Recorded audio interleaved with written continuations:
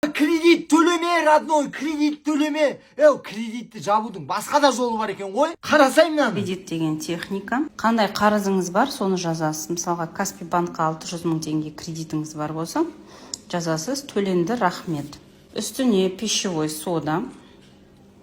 Обязательно салфеткаға жазыңыздар, чтобы мынау іріп кету керек. Пищевой содамен былайынан үстінен себесіздер. Уксус любой, яблочный уксус, пищевой, без разницы. Вот так гасим кредит ритуала. Делаем на убывающую луну.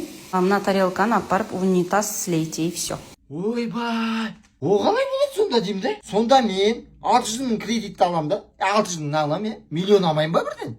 Миллионды алам да.